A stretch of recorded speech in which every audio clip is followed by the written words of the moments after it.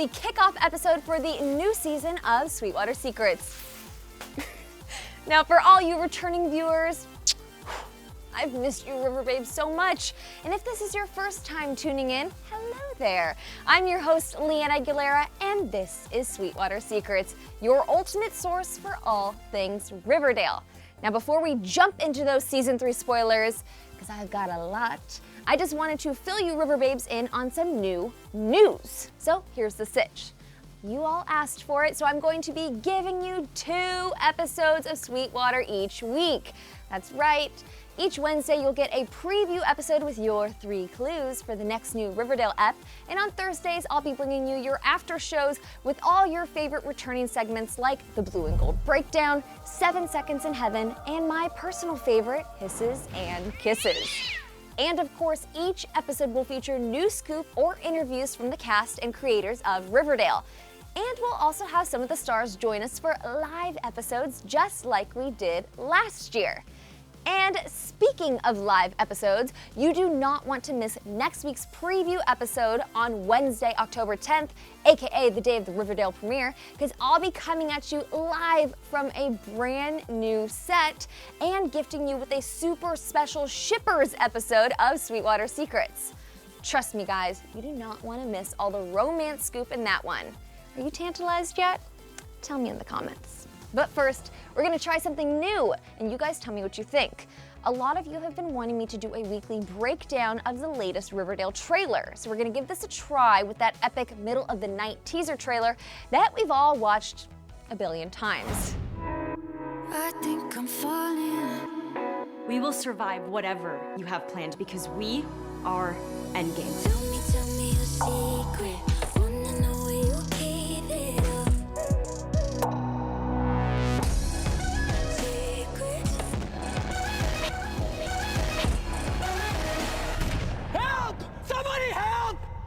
Damn, that was good. But let's be honest, it would have been even better if there had been some Shoney in there. Give me romance, not running. It's so not okay. But raise your hands if you all have a ton of questions after watching that 30-second teaser. Yeah, that's what I thought.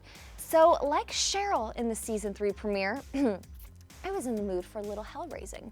And I called up Riverdale showrunner Roberto Aguirre-Sacasa and asked him to answer my most burning questions from the trailer.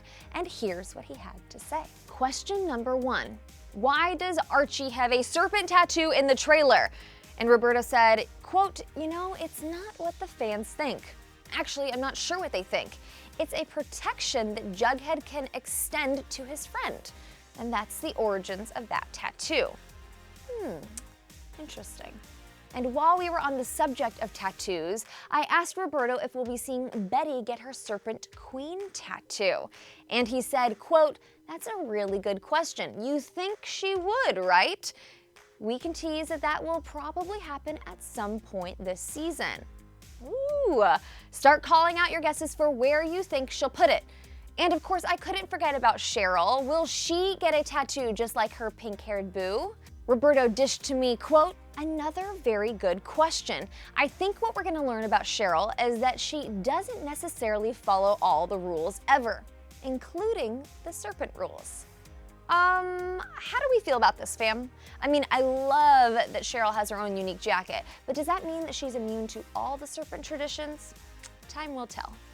Moving on to the Season 3 mystery, just who or what is the Gargoyle King?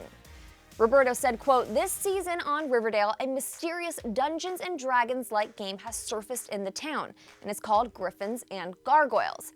The parents of Riverdale are terrified of it because the game is affecting their children. One of our central mysteries starts when the bodies of 2 students are found in the woods, and it's discovered that they were playing Griffins and Gargoyles, and that the main villain of the game, the Gargoyle King, may also be stalking the streets of Riverdale. Dun, dun, dun! Not gonna lie, I honestly couldn't believe he spilled all of that to me. But this sounds way better than the Black Hood, so I'm pumped.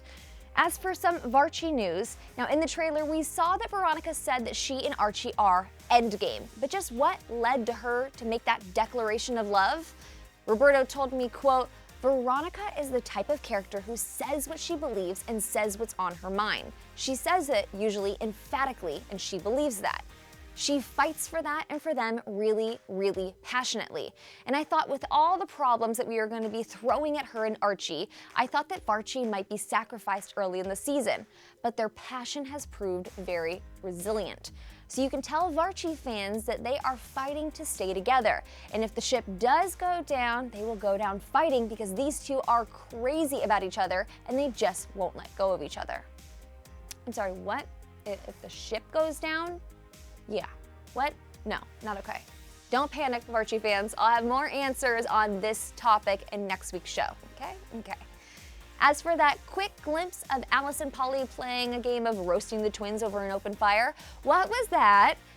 Roberto teased, quote, "You know we've been teasing this strange organization, The Farm, since season 1. The farm is coming to town and Polly's twins are part of the farm. They're definitely being held close to a fire." Okay, Polly. Now, I actually asked Machen Amick and Skeet Ulrich about this baby bonfire earlier this summer, and it turns out they had just finished filming that sultry scene of FP and Alice in bed. Take a look at all they told me. Season 1 was a murder mystery. Season 2 was more of a serial killer storyline. What can we expect from season 3? An epidemic Yeah, of pure evil. of pure evil. Yeah, it's even darker than the previous 2 seasons. There's already so many twists. I know, we're only on episode 3, Yeah, and it's already throwing us for a loop. We're like, okay, yeah. here we go. Have you Buckle guys up. shared any scenes together yet? Yeah, We we've just had one. We've We had just a had few, one the other night. but we had a really interesting one. We had a really interesting one the other night. What is this twinkle in your eye? Oh, I don't know. We might have seen Oh some- no, it must. Are you crying again? a little bit. Yeah. a little bit. Allergies. But when we last saw Alice, she was in quite a vulnerable position. Yeah. And there is Polly swooping in, ready to talk all about the people she knows at the farm. And then in the season 3 trailer, we saw what looked like Alice and Polly doing a little bit of a fire culty dance. Can you talk a little bit about Holding that? some babies over a fire, possibly. Probably not the best parenting hack. Maybe not. She's just wanting to share her parenting skills with her daughter. This is what she did with them, you know, Polly and Betty early on. So she's just showing Polly how to do it with her kids. It's all good stuff. Normal. Totally normal. It's Completely fine. normal. Alice went in hard on buying into the farm and just trying to heal her wounds. So, in Alice fashion, she does everything 185%. We have more members of the Serpents slithering through town.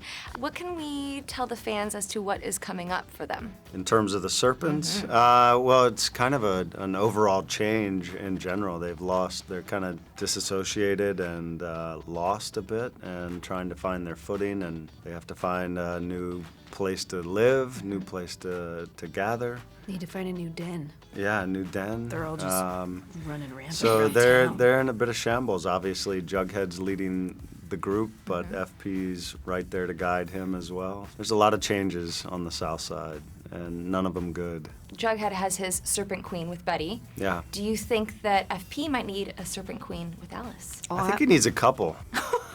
Oh! Wow! He just threw that out. everywhere. Ooh. Okay, bring it. Bring it. What can you tease about FP and Alice's dynamic in season 3? Yeah, they've been through a journey. Yeah, And I season think 3, there's definitely... they come together in a way that is not necessarily to do with their own chemistry to start, which can lead in one of 2 ways. But most of the town is kind of bonded by a central problem. A lot of enemies have to come together to protect their own in season 3. So you see a lot of things you wouldn't normally expect. I love the 2 of them together, but also really, Skeet, multiple Serpent Queens, not cool, not cool. All right, now before we go, it's time to get serious and figure out an answer to one of the biggest questions plaguing the Riverdale fandom. What is the official shipper name of Moose and Kevin? You guys, this is something that has been keeping me up at night this summer. Okay, no, that was a lie. I actually hadn't thought about it once. However, in your comments and questions to me, I was seeing it 2 different ways. Some are saying Koos and others are using Mevin. Yeah, I like them both. But in order to get to the bottom of this, I've been texting with Kevin himself, AKA Casey Cott, and he told me that he actually doesn't have a preference and it's up to me to decide. but that's no fun. So I told both Casey and Roberto that I would check with my fellow Riverbabes and we'll put it to a vote. So hit the comments right now or tweet me or vote in the poll in the community tab of ET's YouTube channel to tell me what you think we should call Kevin and Moose's relationship. Are you Team Koos or Team Mevin?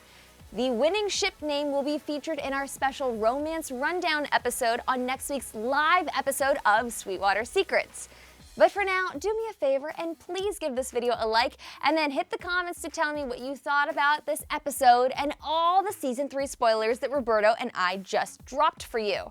Our journey is just beginning, Riverbabes, and I'll see you next week on a brand new set for a new episode of Sweetwater Secrets Live.